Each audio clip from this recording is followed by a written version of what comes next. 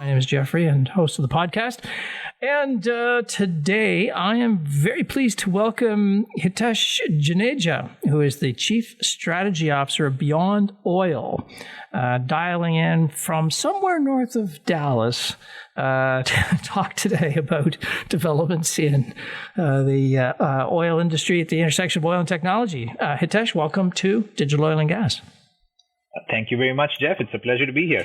I always ask everyone who comes on the podcast, if they don't mind, share a little bit about their background, how on earth they got into the role that they're in. Why don't you just relay a little bit about your personal story and how you got into the oil industry and in addition, the technology sector? Sure. I actually have a background in biotechnology and genetics, particularly both on the medical side and in the energy space. So there's a natural connection from biotech to oil. So yeah, okay. Yeah, it actually surprisingly is because I actually worked on developing microbial fuel cells when I was in high school. Oh yeah. And on that basis is how I actually came to the US. I was given some scholarships because of that. And then I took a little bit of detour through the world of technology. We developed a very significant e-commerce software and education platform. So it kind of helped me understand how to scale businesses and how to scale ideas. And then we went back right into the energy space and the medical space. And the oil industry is a very, very good place to combine technology and some on-the-ground field developments together. And that's what we are here to talk about. Actually, the way you describe it, the world of oil, gas, digital is exactly what we are trying to tackle. So why did you get to that conclusion that somehow the oil industry was the most promising? Frankly, if you're in Texas, right? Yeah, agriculture. Yes. There's another promising field for innovation on the ground. And so why oil and gas? Why that? Very much so. So first of all, we're not ignoring agriculture. We are actually working on an indoor farming system as well on the side. That's one of the things. However, it's because the size of the oil and gas space, as it accounts for majority of the energy usage. Yeah, that's true. And there is a very significant disconnect in the world right now because you have all these people who are all about sustainability and moving to a future beyond oil. But nobody seems to be focused on charting it out in a very practical manner. Everybody is trying to, I guess, propagandize everybody else into giving up comfort or convenience or profits for the sake of being green. And we found that was a very significant challenge that can be tackled fairly easily from our perspective with technology. So that's what we're doing. Yeah, I've always maintained, when as a consumer, if I'm in the grocery store and I want to buy a quote green product, I'm going to pay more. A lot more. And if I want to buy green energy, I'm going to get a surcharge. If I want my airline to use a green fuel, there'll be an extra tax. I don't get it. I mean, if we want the world to embrace new technologies, they can't be more expensive. Like, what logic is that? I mean, that might be an Elon Musk and I'll charge people extra for electric cars, but this is stuff that we grow our food with and light our homes with. Like, this is not something you turn around and say, oh, you're gonna pay a lot more for that. So I totally agree. The whole logic of green is not nonsensical, but the pathway to get there, which is paved with gold for the green producers, it's just nonsense. No, why would anybody buy that? Yeah, totally get it. So you set your life's ambition now is to go and solve this problem. Is that how? That is correct. Actually, let me rephrase that. We are solving the problem. We are actively making some very good headway, which is why we now feel it's a good time to talk about it because we have done the prototyping, we have done the testing, we have done our pilot studies, and now it's time to actually expand and grow. Grow it up, yeah, exactly. What specific area did you decide to focus on? Because oil and gas, it's a huge area. There's so much opportunity to green it. Absolutely. The area we decided to focus on is what we call ROW, R-O-W, which is recycling old wells. Oh, yes. So the idea is actually very straightforward. You have almost 1 million, or maybe more than 1 million at this point. It's tough to tell. Oil wells that are past their decline curves in North America. These are the wells that most often get ignored because they are not very profitable to work with. They produce less than 3 or 4 barrels of oil per day. Yeah. These are also the oil wells that are most in danger of being abandoned and turn into an eco-hazard. They are the ones that are going to spill oil and chemicals into the soil and into the water table. And I read a report which said that Texas alone is estimating around $117 billion in cleanup costs. Whoa. Just for these wells. Yeah. Well, it's a bit of a hot potato too, like the way the industry works is that everybody tries to keep the well going as long as possible. Then when it's no longer economic in their model, you try and sell it to the next guy. And maybe he or she can turn it into something economic. But eventually that strategy runs into there's no more solutions out there, so you have to abandon. It sounds like you took aim at that very, very tail end and said, how can I keep these wells going a little bit longer? Is that fair to kind of frame it? Yeah. Okay. Well, two points behind it. So one, how can we keep these wells going a little bit longer? Yeah. And the way we accomplish that is by significantly lowering the lifting costs and making the entire process more granular, technologically driven, more effective. But secondly, it's also a question of currently how a lot of the system is managed, right? Everything is done on a field basis. So you might have a field with 300 wells in it, only 100 of them are producing. The other 200 are effectively abandoned, where they're underutilized. There are pump jacks on them that are turned off. Yep. And our point is, if we can turn those back on, if we can replace the equipment on there and we can replace the technology on it and make that effective, now we don't need to necessarily drill for a lot more oil because we can start recycling the old stuff. But those, as I think about those old wells, their designs are all over the map because there's no standard way to do a well. So there's a huge diversity in those wells. If they've been shut in for a while, they may require some restart cash or capital. If they are beyond the reach of the grid, is another example. There's no power to them. There's no telecommunications access in many cases. So all of this modern technology, it's very hard to visualize how that actually will help these wells. Those are all legitimate issues? Are you seeing those as part of the challenges to be solved? Those are exactly the issues why this makes it so attractive to our team, right? Because our team wants to tackle stuff like that. Yeah. So you actually kind of touched upon two issues here. One is the management, on the field management, how do we make it work? Yep.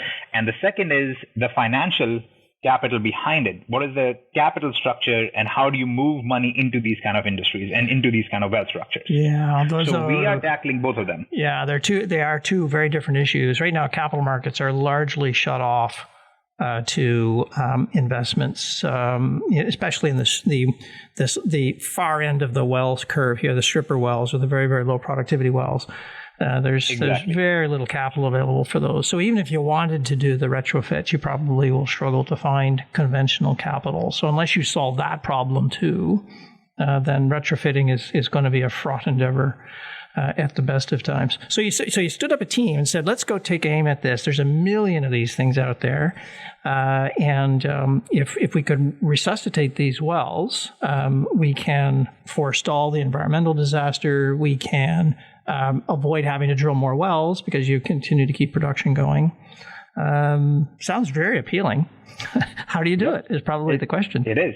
So, and you're correct. So we had to take aim at both the issues simultaneously. Yeah. We had to come up with a capital structure that works, that can move money into this, and at the same time, a team that can physically make this happen. Yeah, so exactly. Let's talk about the physical on the field stuff first, because that's pretty easy to understand.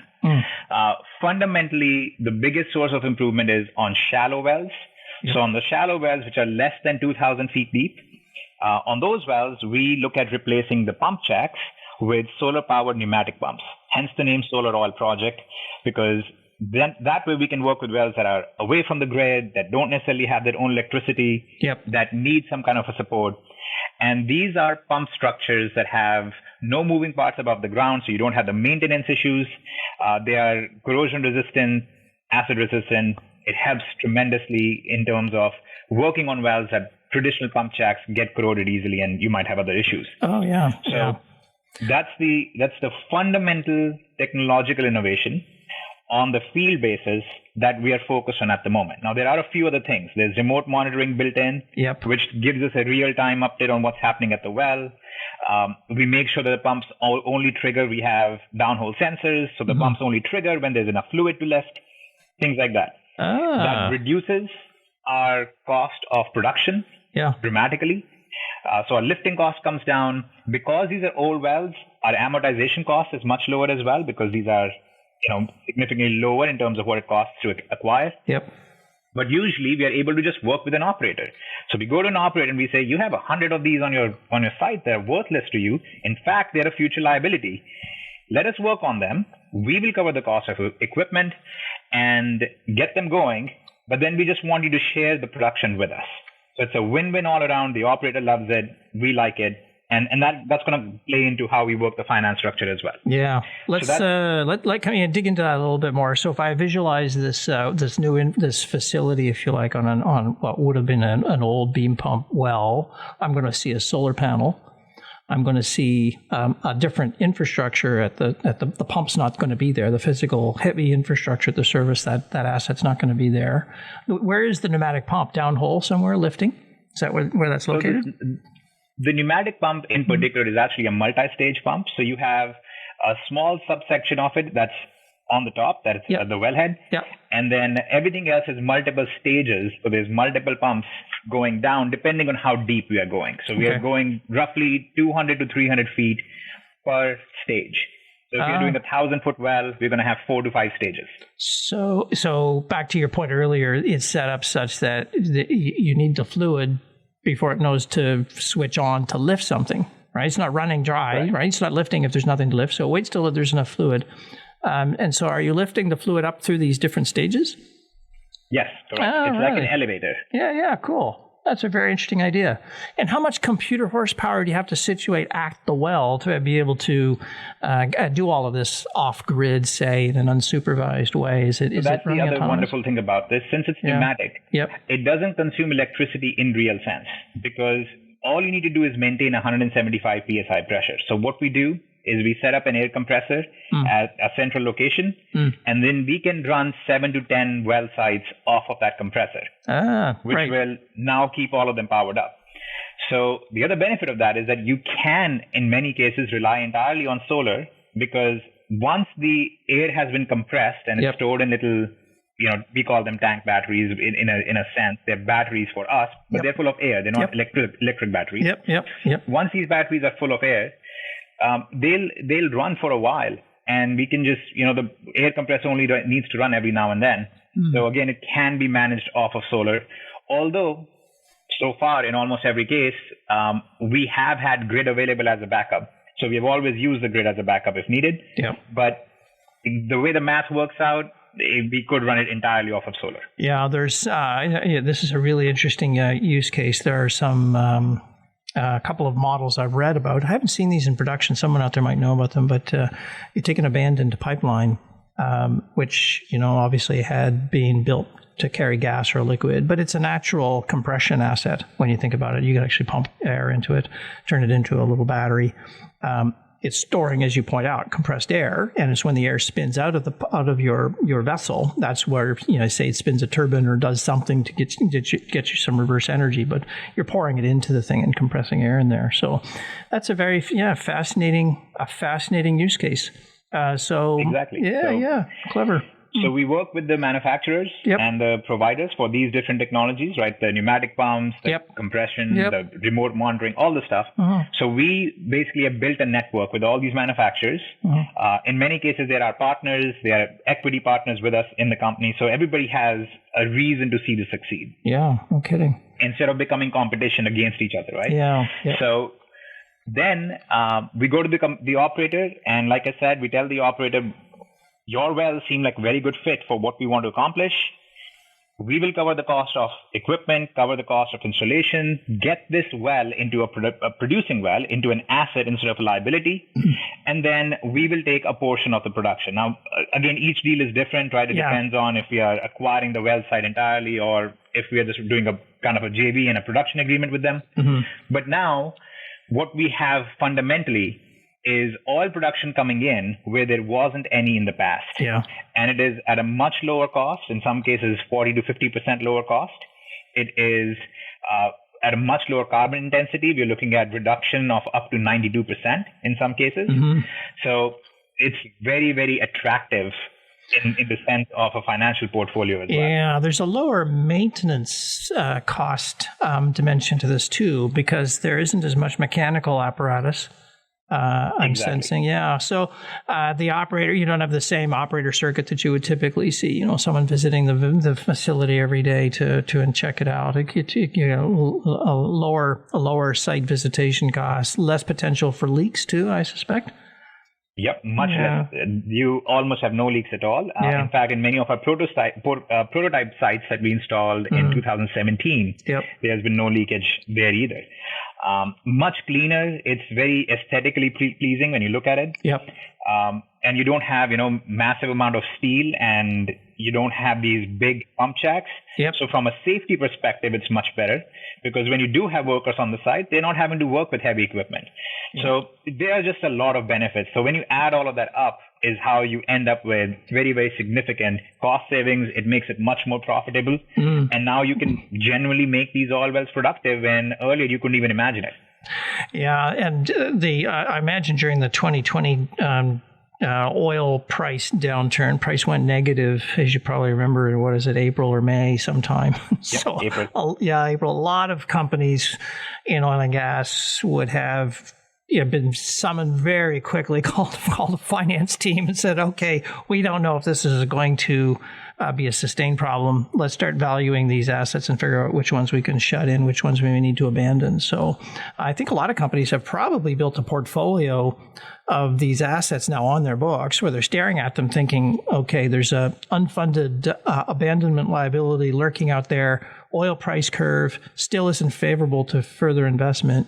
And these things are just sitting there as latent assets. Is there some way to economically revive them? There has to be as you say, there's a million wells out there. There'll have to be a lot available to prosecute.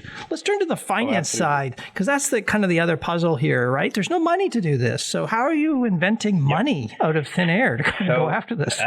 So that's a good thing. We're not doing it out of thin air. Unfortunately, or fortunately, I don't have the power of the Fed, but it's probably for the better. But the way we are doing it is we've actually built on solaroil.io. We've actually built a platform, which is a blockchain-driven platform, which is interesting. You mentioned you're on a blockchain board as well. I am. Yeah, I'm on the board of a blockchain startup in out of Europe. Excellent. So what we did is essentially said, all this oil that we're going to be producing, we're going to tokenize that oil, and we will share that in a commodity exchange with anybody who wants to come in and participate on this project. So we basically issue a token called the Solar Oil Access Token. It's a pure utility token, not speculative at all. It has a fixed price. So anybody can go to the website, create a free account. They can purchase these access tokens, and they can assign them to these different well portfolios that we're working on. That's what generates the capital. Now, when these well portfolios produce the oil, we turn around and share that production with the users who have the access tokens. We share it with them in proportion to how many access tokens they have. So if you have, X number of tokens and I have 2X, meaning I have double the number of tokens you do, then when a barrel of oil is produced, I'll get, 2/3 of it and you'll get 1/3 of it. Yeah. Right? It's very, very straightforward. And the way we do that is we visualize it in the form of a second token we call the SOPX, which is Solar Oil Production Token. So this is straight up just a representation of a barrel of oil that is being produced. You have access to that. And this is where I mentioned we had to kind of innovate and build a whole other infrastructure for it. Exactly. Yeah. We literally built a commodity exchange where you can now trade that oil that is being produced against other commodities, other assets like gold, silver, palladium, or into other cryptocurrencies or fiat currencies. So we actually built the financial ecosystem to make this happen. in addition to the technical ecosystem to make it happen on the field. So I could put myself into the shoes of someone listening to this. I might not want to be a speculator or trade my petroleum representative tokens for other commodities. I might want cash. How do because I got to pay bills, right? So how do I monetize that position? And is that done through the exchange Absolutely, or through other exchanges? The way you just described it. So let's say you receive a barrel of oil, you receive one SOPX. Yep. Inside the platform on the commodity exchange, it shows you what the USD value of that one barrel of oil is at the moment of one SOPX. Yep. And you can immediately essentially trade that for that fiat value and receive that into your account. Receive that value. And so the barrel of oil, as you know, it doesn't. It's not like a bar of gold. It sits on a bank shelf somewhere, and you hold it. You consume it. You have to turn it into something. So at some point, the underlying token itself has to be consumed or destroyed or taken out of circulation because the barrel's no longer there. That's exactly what we do. So this is why the blockchain piece is so attractive for this. Yeah. So we are doing this off of the Ethereum platform. So what we are getting to do is every time that SOPX is traded by you, when you redeem it, quote unquote, we simultaneously burn that associated token, which means it leaves existence. So it's very much like the crude oil barrel of oil goes to the refinery. It is now out of existence and has been turned into all these other things. The same way when you do that with your SOPX token, it goes out of existence and it's burned. So that means if you like, the value of the token itself may be in fact tied to the value of the underlying commodity. In that the token, the token just represents the value of the SOPX token is entirely driven by the WTI price of oil. So precisely, exactly right. Yeah, so we don't set that price. That's the other good thing about this, right? So when it comes to transparency and protection, you don't want people manipulating token prices and so on, which is a big issue that I have with the blockchain space at the moment. Yeah. We cannot do that. We don't do that, but also we fundamentally cannot do it because we don't control the price of oil. So now there will be there's a physical world of that's running in parallel to here. And the oil gets produced, puts into a tank or a battery of some kind at the site. Someone goes and collects it and takes it to a distribution center or a collection point, say a pipeline system, or maybe it's more another storage asset, or in some cases may go directly to a refinery. So that's really unusual. There's a bunch of ways to move the oil into market. How do you tie the existence of the token to the movement of the product, the physical product, so that you don't get that disconnect happening? You know what I mean? So like you got to burn the token when you burn the oil. So how do you tie them together? How's that done physically? Exactly. So from our perspective, this is a production token, which, by the way, is also the unique part of it. Right? There is no token at the moment that is based on production of a commodity. Anything in the blockchain space usually says, well, we are backed by reserves. Which you and I both know doesn't really mean anything. Yeah, no, I like the idea. You're tied to a specific barrel. Like that's a very different animal than I'm asset backed, and I don't really know what the asset is. This is a barrel. This is unit per unit. Yep. So when we receive the report, we receive reports from the operators or from the sites saying, today X number of barrels of oil has been produced. Yep. We immediately show that to our platform users. Yep. So you will see a daily chart that shows today there was this many estimated barrels of oil that has been produced for you. Now that production is noted at that time. And just like you mentioned, because there are so many different mechanisms on how that oil might be distributed in the background, we don't burden the user with that, right? As far as the user is concerned, a barrel of oil was pulled out of the ground. It is now available here. The operator has told us that. So now you have one SOPX. Yeah, perfect. And that's fundamentally it. Yeah. It's very straightforward. Yep. So if I own on a taxation basis, has taxation come into this yet? Because now I own a barrel of oil. It's represented by a token. It's my share. It's an asset. How is that is there a taxation treatment here? Because yes, there is a taxation treatment. Yeah, there has to be. I mean, the underlying commodity will rise in price, representing a capital gain to the asset holder. In different countries will have different rules, but somebody somewhere will be saying, "Hey, I want my share of that." Tax authority. This is the other benefit of using the tokenization side and the blockchain side. Yeah. So when you say I want to redeem my X number of barrels for, let's say, $1,000. Yep. You will receive $1,000 equivalent of Ethereum or USDT or different options. And then it's your choice when you decide to convert that from the cryptocurrency or the token. Yep. When you decide to convert it from that into the fiat and pull it into your bank account. At that time, when you do so, that's when taxation to you becomes manifest a concern. Yeah, exactly. Yeah. And because we have people all over the world, right? We have people from Vietnam and we have people from different places in South America and Africa and US. There's no way for us to manage the taxation systems for all the world. Yeah. So we simply leave that to the user. They decide when they want to convert it to fiat, when they want to pull it to their banking system, and then they report to their governments based on their local laws. The platform here could be used beyond liquids, I suspect. Yes, it could. In fact, we're working on a natural gas equivalent token at the moment, which is a natural step forward from oil. Yep. We are also looking at a couple of other things. Right now, we are investigating looking at basically feasibility studies for gold. But oil is a very easy fix from our perspective, just because of our background. It's kind of, like I said, this is kind of the linchpin that I feel like if we can solve this problem, if we can recycle these old oil wells, you suddenly lower cost, you move forward in the green direction, you lower your carbon footprint, all those things happen, but you're not inconveniencing the society as a whole. In fact, you're making energy cheaper as you're going along. Yeah. So we feel like that's the primary aim to tackle. That's our phase 1 goal. Our phase 2 goal was the finance aspect. It just so happened that we had to end up dealing with both of them together. So we are actually at the verge of completing phase 2 now. And phase 3 is expand to other commodities and then into futuristic, if you will, energy sources.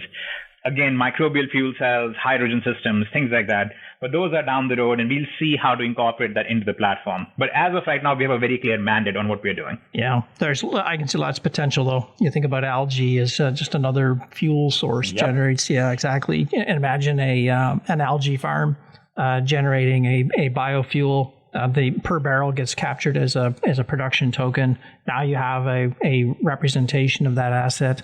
The physical world can trundle along and do what it needs to do, but the financier and the owner of that contributive capital can have their share of it and not have to go through the very traditional settlement of all this, as you know, royalties and all the calculations. It's exactly. That's goofy. You hit the nail on the head. Yeah. Our whole thing is, if we can simplify the production process and then we can simplify the underlying finance market, so it's much easier for people to participate, much easier for them to receive any potential returns and so on. Again, it's just a question of simplifying these age-old things, right? Yeah. This is just one of those industries where people just haven't done it yet. Yeah. So for us, it was an easy one to look at and say, okay, I can see very clear inefficiencies that we can improve upon. It's very much like what happened in the e-commerce space, right? You look at e-commerce, a lot of it just seems like common sense. Yeah, of course people should be able to order stuff online, right? But just doing that one little thing has caused such a reduction in consumer goods costs. Yeah. And that's how we see this as well. Yeah, the parallels are strong. Same thing with movies and streaming. They started out with, I'll listen to my music online. Then it went to movies online. Now you can stream geologic data if you want. Like, you don't have to, any large complex data set effectively can be subjected to a streaming business model design. And if you think about it, that's what our remote monitoring systems are as well, right? Yeah, how do they work? Literally streaming the data from the well, so we don't have workers going out to each site and looking at it. Yeah, and you don't have the data collection problem that goes along with all of that stuff. This has been fascinating, actually. I'm really very glad you came on this call to this podcast recording today to talk about this, because I'm very curious to see how the combination of blockchain innovation unlocking, in this case, finance, but it's ownership, right? It's the identification of the barrel and the identification of the owner of the barrel through blockchain unlocks a whole financial model that enables this business model to actually work. And it's, as you point out, doing the two sides is critical. It won't work if you just have the one side, because there's no money to put into the pneumatics to go after it. And why would the current capital markets invest in a new commodity exchange dealing with a tokenized asset structure? Like, why would they? Especially for an asset of a stripper well, like they never would. So unless you actually tackle the two things together, this doesn't come to life. I think the hidden genius of this model actually might be the fact that we have disconnected the value here onto a per barrel basis. We have disconnected it from the underlying asset, right, which is the oil well. Yeah. When you do that, it suddenly opens up these capital markets in a way that you cannot otherwise, because you have to account for the cost of ownership, future liability, all of these things that now we have eliminated from the equation. Yeah. And again, like you said, we realized pretty quickly it has to be both these sides together. It couldn't be one at a time. Yeah. So it's been a lot of work, but it's been a lot of work that has panned out, and now it's time to grow. Time to grow, maybe scale it up. Where, if people want to learn more about this, where do they go visit? What's your website? They should go to solaroil.io. There's all the information on there. We have videos showing the pumps in action, the patents, all the stuff that they could want to learn about it. Brilliant. But most importantly, they can create a free account. They can purchase access tokens if they want to be a part of this, and they can start receiving oil production pretty quickly. Not physically, but the tokens. Yeah, not physically, but in the form of a tokenized version of it. Yeah, I'm trying to imagine FedEx knocking at the door. Here's your barrel of oil. I didn't buy a barrel of oil, did I? Yes, you did. Nope, here's your token. Much easier. Hitesh, thank you very much for coming on Digital Oil and Gas today. It's been fantastic talking to you. No, absolutely. Likewise. Thank you for having me, and hopefully we'll speak again soon.